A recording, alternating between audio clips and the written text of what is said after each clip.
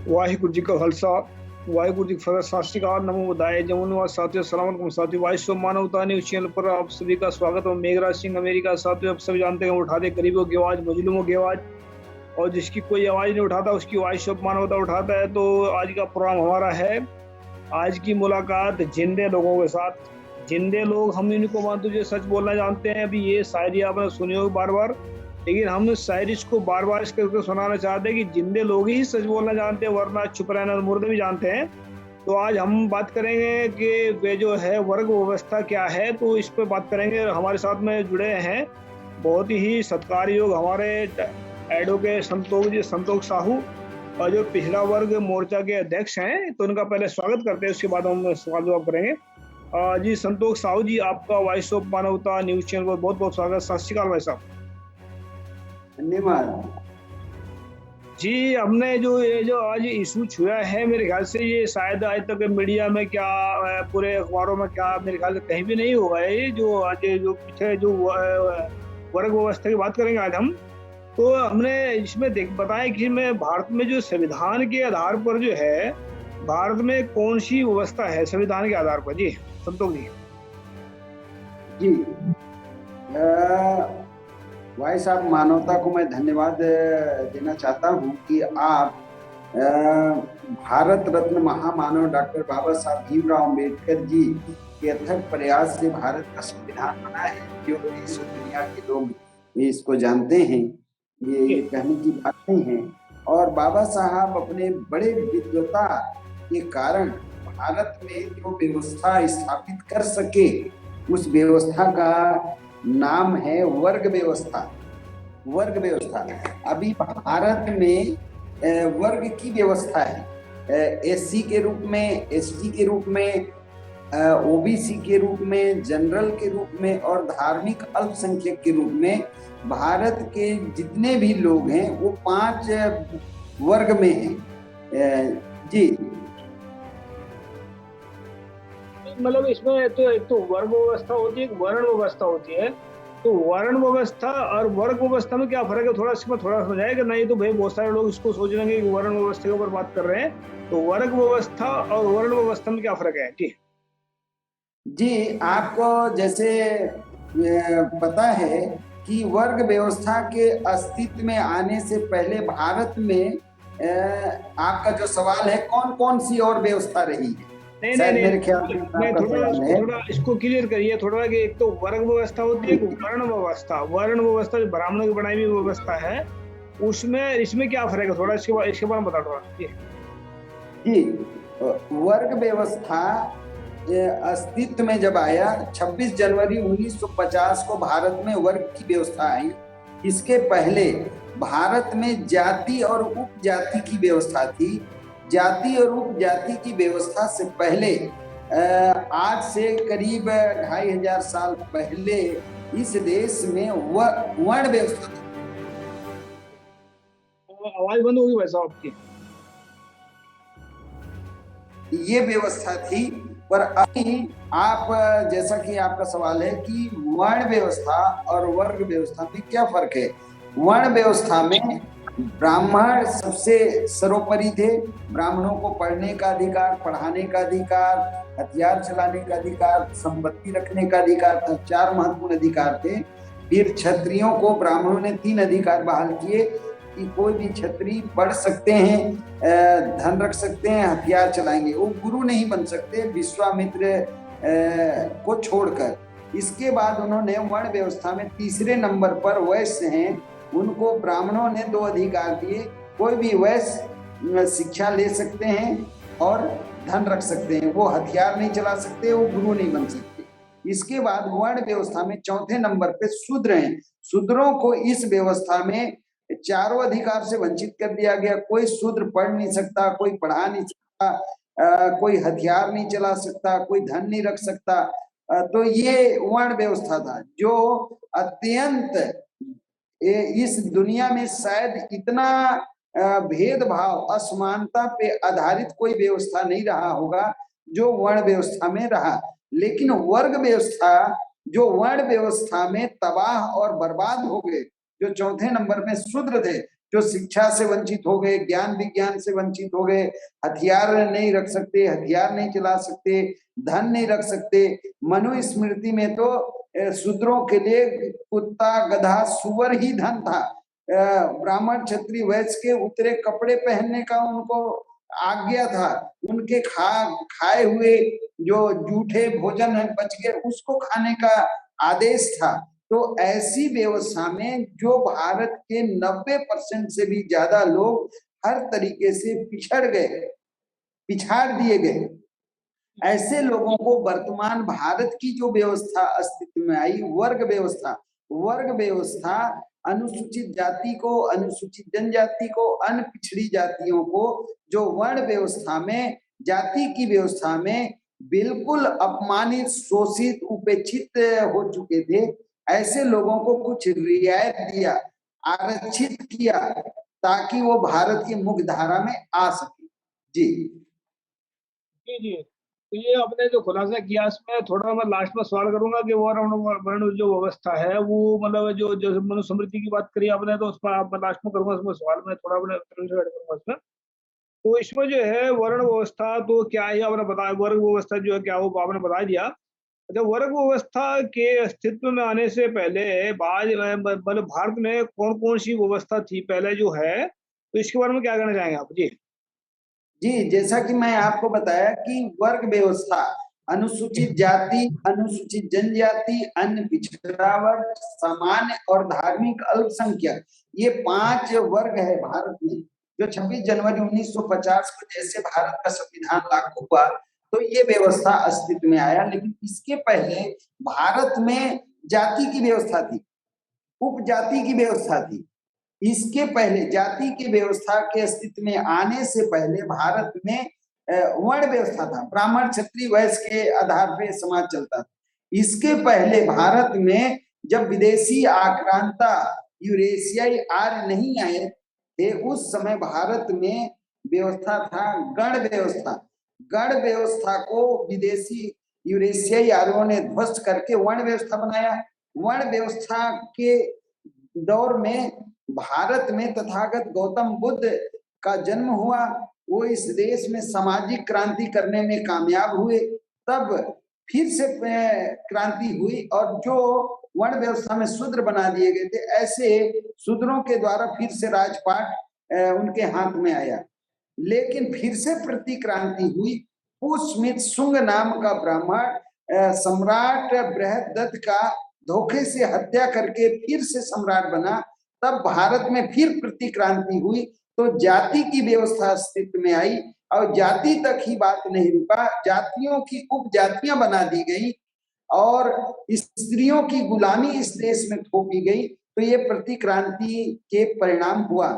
इसके बाद भारत में जब मुगल, मंगोल ऐसे विभिन्न आक्रमणकारी आए, आखिरी में अंग्रेज आक्रमणकारी आए, तो अंग्रेजों ने जब इस देश को गुलाम बनाया, तो अंग्रेजों के दौर के बाद जब इस देश में फिर से आंदोलन हुए और भारत का संविधान बना, तो संविधान में भारत, वर्तमान भारत की जो व्यवस्था है वो वर्ग आधारित है।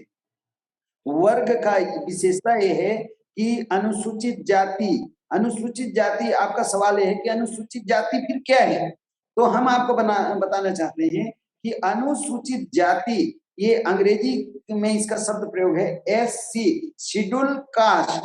शेड्यूल कास्ट में संपूर्ण भारत की भूमि पर 1500 जातियां हैं, 1500 जातियों का, और इन जातियों के विभिन्न उपजातियों को मिलाकर एक पहचान दिया गया SC, schedule caste. Schedule caste का क्या है?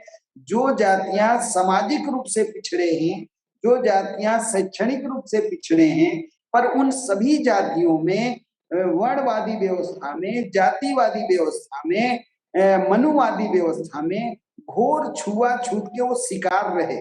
ऐसे सभी जाति उपजाति को मिलाकर डॉक्टर बाबा साहब भीमराव अम्बेडकर जी संविधान में उनको एक पहचान दिलाने में कामयाब हुए।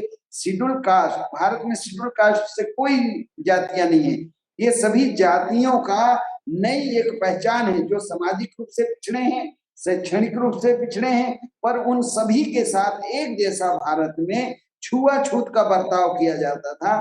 तो ऐसे सभी लोगों को अब भारत में एक पहचान मिला, चाहे कश्मीर में आप जाए, चाहे कन्याकुमारी में जाए, चाहे आप आसाम तिनसुकिया में जाए या फिर गुजरात भड़ोच में जाए, सभी जगह एक ही शब्द आपको मिलेगा, शेड्यूल कास्ट।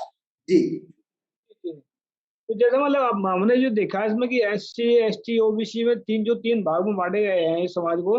तो SC जो है ना OBC क्यों नहीं बन सकता और ST और SC क्यों नहीं बन सकता, तो इसमें थोड़ा सा क्या है, इसमें थोड़ा इसके बारे में थोड़ा खुलासा करें। और OBC SC क्यों नहीं बन सकता है, मतलब क्यों नहीं उसको कह सकते, इसके बारे में थोड़ा खुलासा करें थोड़ा जी। बहुत बड़ा आपका सवाल है और बहुत गहराई तक आपने जाके सवाल को मतलब इसकी गहराई को आप समझते हैं। मैं आपको इतना गंभीर बात आप उठा रहे हैं, इसका समाज में बहुत गहरा प्रभाव पड़ेगा। मैं इसके लिए आपको व्यक्तिगत धन्यवाद ज्ञापित करना चाहता हूँ भाई मेघराज सिंह जी। आपने ये कहा कि भारत में जो SC है वो ST क्यों नहीं बन सकता, या जो ST है वो OBC क्यों नहीं बन सकता, या जो OBC है वो SC या ST भी हो सकता था, पर ये क्यों नहीं हुए, ये आपका सवाल है। मैं आपको बताना चाहता हूँ कि SC में दो अंग्रेजी के शब्द हैं, S और C। Schedule caste, schedule caste का विशेषता क्या है कि जो जातियां सामाजिक रूप से पिछड़े हैं, शैक्षणिक रूप से पिछड़े हैं, पर उनमें छुआछूत का व्यवहार था। आज भी भारत के गांव में आप जाएं, अगर कुआं है, बावड़ी है, हैंडपंप है, पूरे बिहार, उत्तर प्रदेश, हरियाणा, राजस्थान, तो वहां लोग पानी नहीं भर सकते। अगर कोई खड़े हैं तो उनको बाजू बाजू में जाना पड़ता है, तब वो पानी भरेंगे। ऐसे छुआछूत का भाव अभी भी समाज में विद्यमान है। तो इस आधार पे ऐसे जो समाज में पीड़ित लोग थे उनको एक पहचान मिला, SC। अब ST क्या है? Schedule tribe. S का मतलब शेड्यूल, T का मतलब ट्राइब। जिन जातियों में सामाजिक रूप से पिछड़ापन था, शैक्षणिक रूप से पिछड़ापन था, पर उनमें ट्रेड ऑफ ट्राइब था, कबीलाई गुण है, ऐसे सभी जातियों को चिन्हांकित किया गया और सामाजिक पिछड़ापन, शैक्षणिक पिछड़ापन और ट्रेड ऑफ ट्राइब, कबीलाई गुण के आधार पे उनका पहचान हुआ। उन सबको एक भारत का संविधान पहचान दिया, शेड्यूल ट्राइब।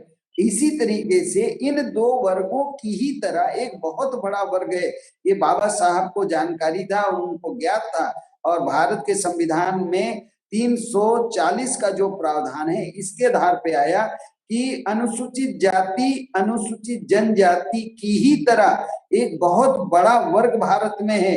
वो कौन है? वो OBC है। OBC शब्द का प्रयोग भी भारत रत्न महामानव डॉक्टर बाबा साहब भीमराव अम्बेडकर जी ने भारत में पहली बार किया। अदर बैकवर्ड कास्ट पर कास्ट शब्द को हटा के बाद में इसको क्लास बना दिया गया, इसलिए OBC को पता नहीं चलता है कि ये क्या है। अभी जितना जानकारी होना चाहिए समाज में हो नहीं पाया। तो OBC क्या है? OBC वो लोग हैं जो सामाजिक रूप से पिछड़े हैं, शैक्षणिक रूप से पिछड़े हैं, पर वर्ण व्यवस्था में जो शूद्र थे। शूद्र का मतलब है गुलाम। कैसे गुलाम थे? भारत में जो कामगार जातियां थी, जैसे हम तेली हैं तो तेली तेल का काम करेगा, कुम्हार घड़ा बनाएगा, नाई बाल काटेगा, धोबी कपड़ा धोएगा, सोनार है सोने चांदी के काम करेंगे। ऐसे जो कामगार जातियां हैं, जो वैज्ञानिक सोच रखने वाली जातियां हैं, उनको वर्ण व्यवस्था शूद्र घोषित कर दिया, शूद्र घोषित करके गुलाम बना लिया।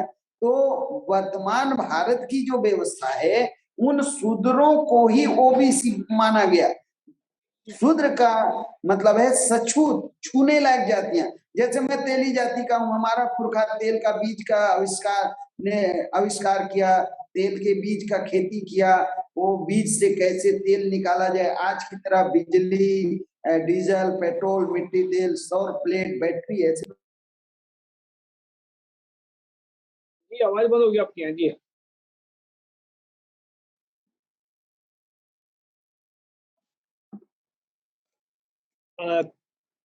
आवाज बंद हो गई भाई साहब। जी जी, वो थोड़ा फोन आ रहा है, तो ओबीसी वर्ण व्यवस्था में जो शूद्र थे, वर्तमान भारत में आज वो शूद्र ही ओबीसी हैं, और ओबीसी अनुसूचित जाति जनजाति की ही तरह सामाजिक रूप से पिछड़े हैं, शैक्षणिक रूप से पिछड़े हैं, पर ओबीसी के साथ ब्राह्मणी व्यवस्था, मनुवादी व्यवस्था, वैदिक व्यवस्था में छुआछूत का बर्ताव नहीं किया जाता था, क्योंकि ये कामगार जातियां हैं। जैसे अब अहीर है, दूध दही हाथ से बना रहे हैं, अगर उसको मनुवादी व्यवस्था के पोषक मानने वाले लोग कहें नहीं नहीं इनके हाथ का घी और दूध का हम उपयोग नहीं करेंगे, तो घी दूध कहाँ से आएगा?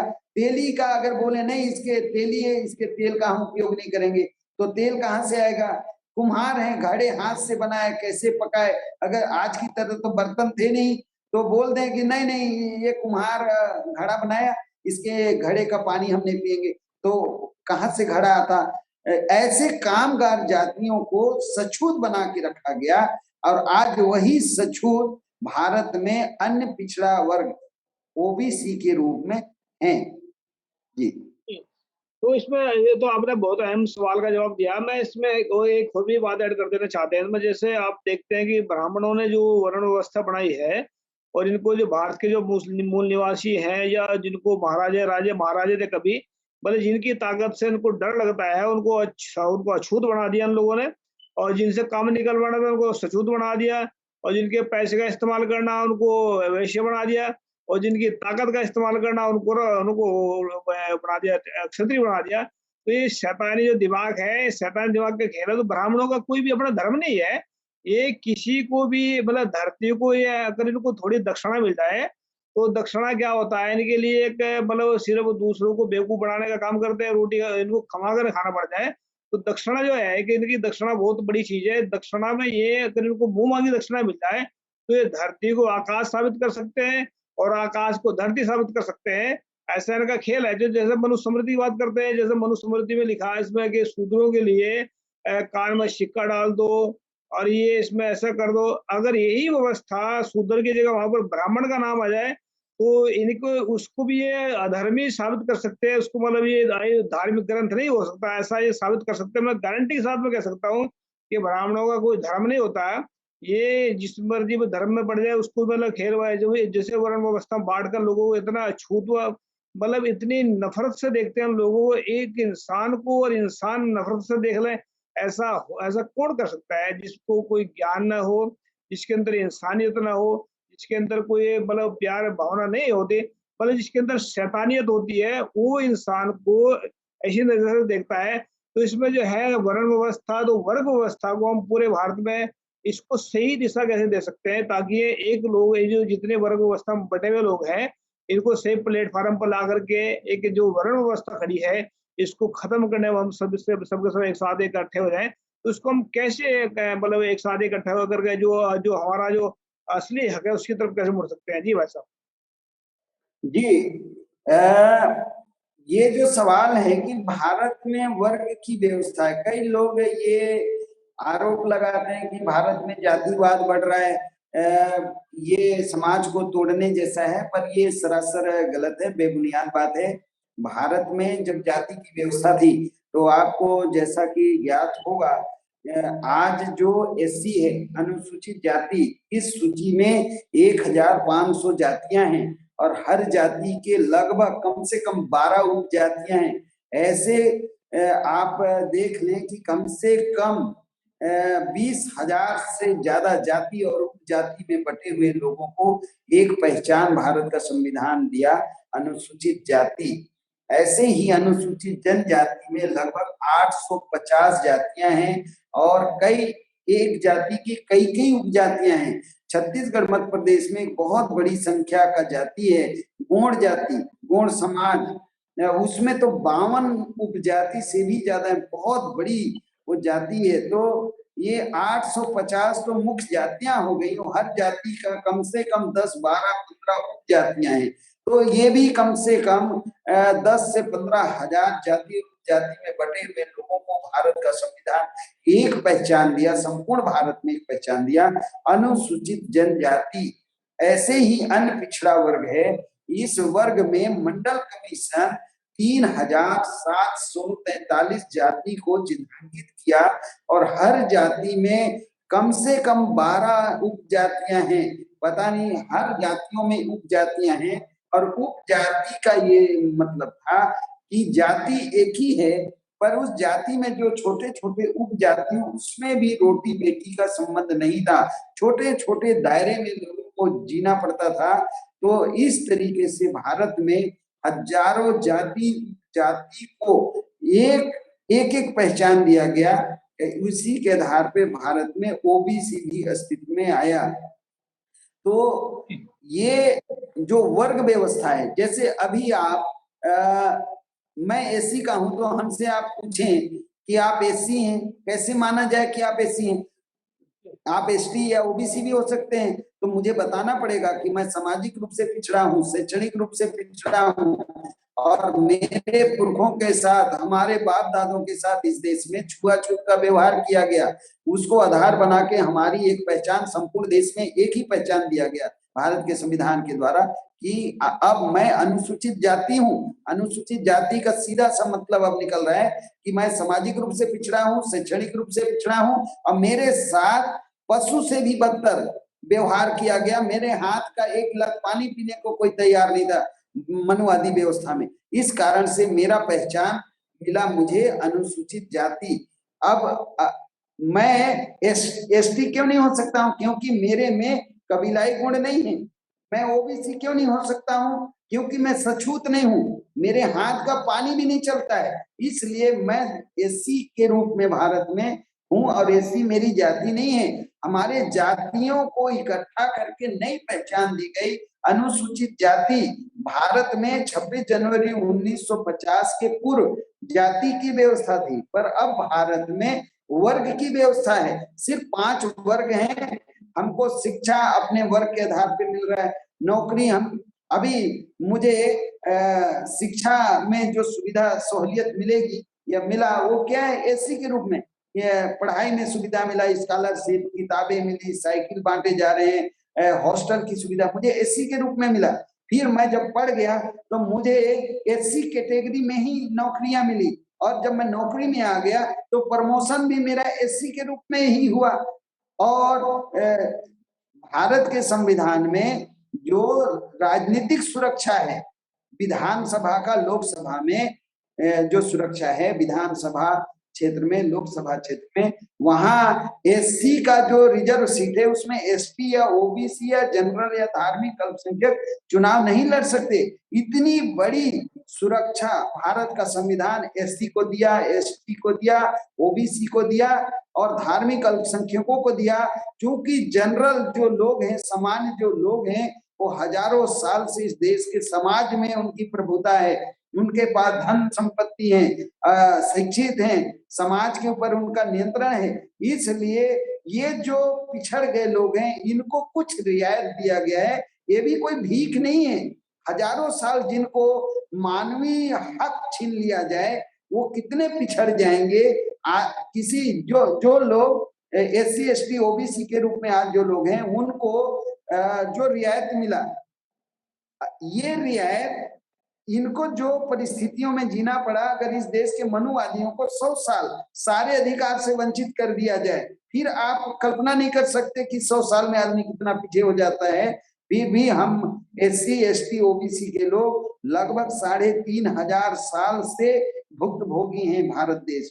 जी मेरा लास्ट सवाल है, जैसे संविधान के बारे में आपका संविधान है, बहुत सारे इनको लोगों को मतलब पहचान दी है कि जात पात एक बहुत खतरनाक चीज है, इससे मतलब निकलना बहुत जरूरी है। क्योंकि जात पात ने इंसान को एक मतलब दो जगह बांट दिया है। तो गए के तो जिनको जो ऊंची जाति के हैं उनको घमंड में बांट दिया है, घमंड मार रहा है, और जो नीची जाति के जिनको उनको हीन भावना मार रही है। दोनों के लिए खतरनाक है, जात पात इंसान के लिए ही खतरनाक है।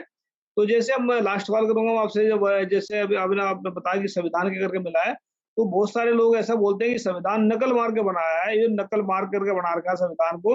उनको क्या कहना चाहते हैं? इसको मतलब स्पष्ट करके दिखाएं कि नकल, ये संविधान को वाकई में नकल मार के बनाया है या बड़ा साहब ने लिखा है इसको संविधान को? क्या कहना चाहेंगे?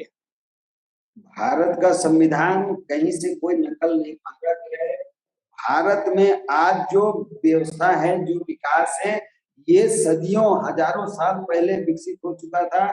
तथागत गौतम बुद्ध, भगवान गौतम बुद्ध, भगवान महावीर जैसे लोग भारत में पैदा हुए। उनके ज्ञान विज्ञान से दुनिया में भारत का ज्ञान गया और वहां के लोग जागरूक शिक्षित हुए। भारत में जब विश्वविद्यालय चलते थे तो आज के जो विकसित देश हैं वहां पे लोग जंगलों में रहते थे। तो भारत का ज्ञान विदेश में गया और भारत में जानबूझकर मनुवादी व्यवस्था, यहाँ के ज्ञान विज्ञान को हर तरह से आपको पता है विश्वविद्यालय जलाए गए, बड़े बड़े शहर जलाए गए, लाखों करोड़ों लोगों का हत्याएं किया गया। तो यहाँ का ज्ञान विदेश में था। भारत ही वो देश है जहाँ का ज्ञान दुनिया में फैला। और भारत के संविधान को बनाने का जब समय आया तो बाबा साहब भारत से गए हुए ज्ञान का पुनः बारीकी से अध्ययन कर फिर से भारत के संविधान को बनाए। तो ये कैसा मतलब ये कैसे कहा जा सकता है कि भारत नकल किया हुआ संविधान बनाए। भारत विश्व गुरु रहा है और अभी भी विश्व गुरु है। पर भारत में जो आक्रमणकारी हैं, आर्य आक्रमणकारी है, यवन आक्रमणकारी है, कुषाण आक्रमणकारी है, शक आक्रमणकारी है, सीथियन आक्रमणकारी है, आभीर आक्रमणकारी है, मंगोल आक्रमणकारी है, मुगल आक्रमणकारी है, फ्रांसीसी डच आक्रमणकारी है, अंग्रेज आक्रमणकारी है। इतने ज्यादा आक्रमणकारी भारत में आक्रमण किए। भारत के मूल जो लोग हैं उनको तहस नहस तबाह के फिर भी भारत अभी भी विश्व गुरु है, बन सकता है अगर मूल वासियों के हाथ में सत्ता आ जाए। जी इसमें अभी आपने कहना चाहता हूँ कि भारत का संविधान विश्व का सर्वश्रेष्ठ संविधान है और भारत का संविधान भारत के परिस्थिति, भारत के संस्कृति, सभ्यता और यहाँ के लोगों की मानसिकता के आधार पे बनाया गया, मूल भावना पे बनाया गया संविधान है। भारत के संविधान शायद विश्व में कहीं दूसरा इसका उदाहरण नहीं मिलेगा। इतना सर्वश्रेष्ठ संविधान हमारा भारत का है। और जैसा कि आपने कहा कि भारत में जो जाति की व्यवस्था है, मैं स्पष्ट आपको कहना चाहता हूं कि अभी भारत में वर्ग व्यवस्था है। या तो हम अनुसूचित जाति हैं, या अनुसूचित जनजाति हैं, या अन्य पिछड़ा वर्ग हैं, या हम सामान्य हैं, या धार्मिक अल्पसंख्यक हैं। ये 5 भाग में, 5 वर्ग में, वो भी सभी वर्गों का मैं पूर्व में बता चुका हूं कि ये वर्ग कैसे अस्तित्व में आए। इसके अलावा भारत में कोई व्यवस्था दूसरा भी नहीं है। भारत में जाति नाम की व्यवस्था थी जो कानूनन 26 जनवरी 1950 को समाप्त कर दिया गया है। पर इस देश में वर्ग, हर आदमी, जैसे अभी शेड्यूल कास्ट का विधायक बन गया, उससे पूछे आप विधायक कैसे बन गए, क्या आप हिंदू के नाम पे बने? तो पता चलेगा नहीं, मैं अनुसूचित जाति का हूं इसलिए मैं विधायक हूं, सुरक्षित सीट में चुनाव लड़ा। तो आप विधायक सांसद सुरक्षित सीट में चुनाव लड़े और चुनाव लड़कर आप विधानसभा और संसद में गए। अब आपने क्या किया? लाभ आप वर्ग का लेते हो, काम अपनी जाति का करते हो। जाति लोकतंत्र के लिए घातक है। यहाँ तक कि जाति की व्यवस्था भारत को तबाह बर्बाद करने का अगर सबसे बड़ा कारण कोई है तो जाति की व्यवस्था है। विश्व में कहीं पर भी जातियां नहीं है, कहीं पर जाति की व्यवस्था नहीं, सिर्फ भारत में है। और अभी schedule caste, schedule tribe, OBC, general और धार्मिक अल्पसंख्यक को खड़ा करें, विश्व में सबसे बड़ा जो मनुष्य को पहचानने का मशीन लाया जाए, एंथ्रोपोलॉजी विभाग के वैज्ञानिक बुलाए जाए और बताया, पूछा जाए कि ये 5 में कौन कौन किस जात के हैं, बताओ, क्या बता पाएगा? क्या छू कर बता पाएगा? देख कर बता पाएगा? जो मल मूत्र है उसको देख के बता पाएगा? नहीं बता सकता। प्रजनन के आधार पे बता पाएगा? नहीं बता सकता। क्योंकि दुनिया में जाति नाम की कोई व्यवस्था नहीं है, तो काल्पनिक व्यवस्था है। भारत के विश्व के सबसे विकसित व्यवस्था के लोगों को गुलाम बनाने का ये घृणित व्यवस्था लाई गई, जो पशुओं की व्यवस्था है। जातियां पशुओं में है। घोड़ा हाथी से नहीं मिलेगा, हाथी गधे से नहीं मिलेगा, गधा भालू से नहीं मिलेगा, वो शेर से नहीं मिल सकता, वो खच्चर से नहीं मिल सकता, वो ऊंट से नहीं मिल सकता। उसमें जाति की व्यवस्था है। आप शरीर को देखकर बता सकते हैं कि ये ऊंट है, ये हाथी है, ये बैल है, ये भैंस है, ये सुअर है, शेर है, ये चीता है। शरीर को देख के बता सकते हैं, उनके मल मूत्र को देखकर बता सकते हैं, उनको छू कर बता सकते हैं, लेकिन इंसानों को छू कर, देख कर, प्रजनन के आधार पे, मल मूत्र के आधार पे आप नहीं बता सकते कि ये कौन सी जाति है। तो जाति नाम की व्यवस्था कानूनन भारत में समाप्त हो चुका है। वर्ग व्यवस्था है, भारत में सिर्फ 5 वर्ग है, अनुसूचित जाति के रूप में, जनजाति के रूप में, ओबीसी के रूप में, जनरल के रूप में और धार्मिक अल्पसंख्यक के रूप में। ये व्यवस्था संवैधानिक है, कानूनन है। इसी के आधार पे सभी 5 वर्ग को शिक्षा में सुविधा है, नौकरी में सुविधा है, नौकरी में प्रमोशन में सुविधा है, राजनीति में सुविधा है, उद्योग धंधों में सुविधा है।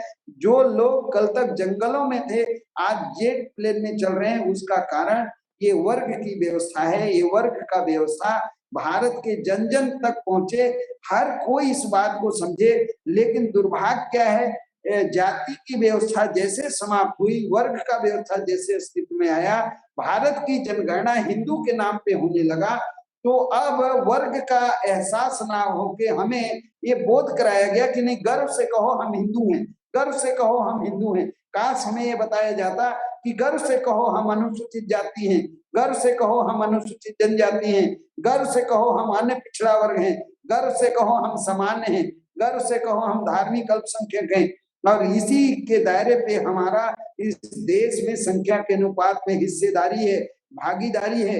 अगर ये बात का प्रचार प्रसार जैसे आज आप वॉइस ऑफ मानवता टीवी चैनल के माध्यम से डिबेट कर रहे हैं, ऐसा काश उस समय हुआ होता तो भारत में जाति और धर्म के नाम पे झगड़े ही नहीं पैदा होते, ये पनप ही नहीं पाता। क्योंकि इस देश में जो अनुसूचित जाति है वो अछूत बन के घूम रहा है। ब्राह्मण का धर्म और अछूत का धर्म एक कैसे हो सकता है? इस देश में अनुसूचित जनजाति है जो जंगलों में था, मानवीय सुविधा से हजारों साल वंचित था, वो उसका धर्म और ब्राह्मण धर्म या मनुवादी धर्म या वैदिक धर्म सनातन धर्म में कैसे समानता है? अगर समानता था तो हम जंगल में कैसे गए? हमें जंगल में कौन ढकेला? जो आज अनुसूचित जनजाति के जो लोग हैं, इतने विद्वान हैं, उनको थोड़ा सा अवसर आप दे दें, बड़े बड़े महल वो बिना पढ़े लिखे बना सकते हैं। आखिर ये हुनर उनको कहाँ से है? वो हुनर है सिंधु घाटी सभ्यता से। बड़े बड़े नगर हवेली और महल में उनके पुरखे रहा करते थे, तो वो जंगल में कैसे पहुंच गए? ये बात पैदा हो जाता। हम ओबीसी के लोग हैं, हम ओबीसी के लोग, हमको ये बताया गया बीपीसी ब्राह्मण पेनल कोड में कि शूद्र पढ़ नहीं सकता, पढ़ा नहीं सकता, हथियार नहीं रख सकता, धन नहीं रख सकता। अगर ज्ञान की बात शूद्र सुन ले तो गर्म करके शीशा उसके कान में पिघला दिया जाए। ज्ञान की बात अगर बोलते पाया जाए तो उसके जिह्वा को खींचकर 6 अंगुल नाप कर काट दिया जाए। ये इतना भयंकर प्रताड़ना। अगर ब्राह्मण का धर्म और ओबीसी का धर्म एक था तो इतना बड़ा यातना इस देश में हजारों साल शूद्र के रूप में आज के ओबीसी को क्यों भुगतना पड़ा? ये बहुत सोचने की बात है, छानबीन करने की बात है। ये हम किसी जाति के दुश्मन नहीं है, किसी जाति के प्रचारक या उसको कंडेम करने वाले लोग नहीं है, लेकिन इतिहास को समझना जरूरी है। हमारे पास हजारों एविडेंस हैं और जो स्मृतियों में जो आया है, जो मनुस्मृति का जो विधान है, वो विधान क्या है? वो कानून है जो 5 अक्टूबर 1860 को अंग्रेजों ने बीपीसी ब्राह्मण पेनल कोड को रद्द कर दिया और आईपीसी भारत में लागू कर दिया 6 अक्टूबर 1860 को, कि कानून के सामने अब कोई बड़ा और कोई छोटा नहीं होगा। एक जैसे अपराध के एक जैसे दंड दिए जाएंगे। नहीं तो पहले दंड का क्या प्रावधान था? जो ब्राह्मण है उसके लिए अलग, क्षत्रियों के लिए अलग, वैश्य के लिए अलग, शूद्रों के लिए अलग। पर जब बीपीसी लागू हुआ तो कानून के सामने सब समान हुए। और भारत में 1875 में नंद कुमार देव जो एक आतताई था बंगाल का, उसको अंग्रेजों ने पहली बार आईपीसी की धारा 302 लगाकर फांसी की सजा दिए। तो भारत में कानून के सामने सब समान हुए। मैं आखिरी में बस ये कहना चाहता हूं कि वर्तमान भारत में वर्ग की व्यवस्था है। हर भारत का हर एक आदमी वर्ग के आधार पे शिक्षा पा रहा है, नौकरी पा रहा है, राजनीति का पा रहा है, बैंकों से वित्तीय सुविधाएं मिल रही, सारी योजनाएं वर्ग आधारित बन रही हैं। सब लाभ भारत का आदमी जब वर्ग के आधार पर लेता है तो जाति और उपजाति के आधार पे व्यवहार क्यों? ये मेरा सवाल है। आपने आज बहुत खास विषय पे एक दूसरे का बात रखने का जो मौका दिए, जो आपने ये डिबेट चलाया है। मैं जो वर्ग की व्यवस्था है, इसके पहले जाति की व्यवस्था, जातियों में उपजाति की व्यवस्था, इसके पहले वर्ण व्यवस्था, इसके ऊपर गण व्यवस्था, और इन व्यवस्थाओं के बीच में अभी जो हिंदू की नई व्यवस्था भारत में आया है, इसके ऊपर भारत के लोग बहुत समझदारी से अपने इतिहास को टटोलेंगे, खंगालेंगे, इतिहास के पन्नों को पलटेंगे तो बहुत सारा जानकारी मिलेगा। और भारत में संविधान मजबूत हो, संविधान के आधार पर देश चले। भारत के समस्त कानूनों का स्रोत भारत का संविधान है, और हम भारत में मजबूत लोकतंत्र और कैसे इसको बना सकते हैं, स्वस्थ और दीर्घजीवी लोकतंत्र कैसे बने, इसके लिए भारत के समस्त 5 वर्ग के लोग मिलजुल कर कंधे से कंधा मिलाकर इस दिशा में आगे बढ़ेंगे, ऐसा मैं आशा करता हूं। और भाई मेघराज सिंह जी, वॉइस ऑफ मानवता को और आपको मैं बहुत बहुत धन्यवाद ज्ञापित करता हूँ। धन्यवाद। धन्यवाद। तो आपका भी आपने साहब ने इतनी अच्छी जानकारी मतलब शेयर की है। दूसरी बात ये बताया, एक मैं लास्ट में कहना चाहता हूँ कि जैसे जात पात की बात करते हैं, जात पात जानवरों में होती है। इसका मतलब जिसने जात पात बनाई है उसका माइंड सेट जो है जानवरों से भी खतरनाक है या जानवर जैसा है, क्योंकि इंसान तो जात पात में किसी को नहीं बांट सकता है, लेकिन इंसान से जो शैतानियत की बात करते हैं वो शैतान लोगों ने बांटा है।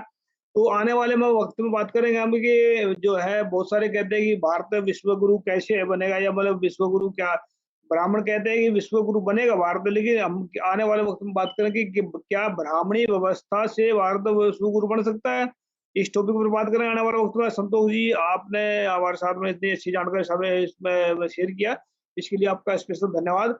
और उम्मीद करते हैं कि आप सभी के सभी, मैं इतना कहना चाहता हूँ कि जात पात में जो फंसे रहेंगे इंसान, जात पात में जो फंसे रहेंगे इंसान, उनको अपना अपना भी अपना नजर नहीं आएगा, यानी कि ताऊ चाचा ये सब दुश्मन नजर आएंगे। अब ये बड़ा दूसरे से दूर की बात है।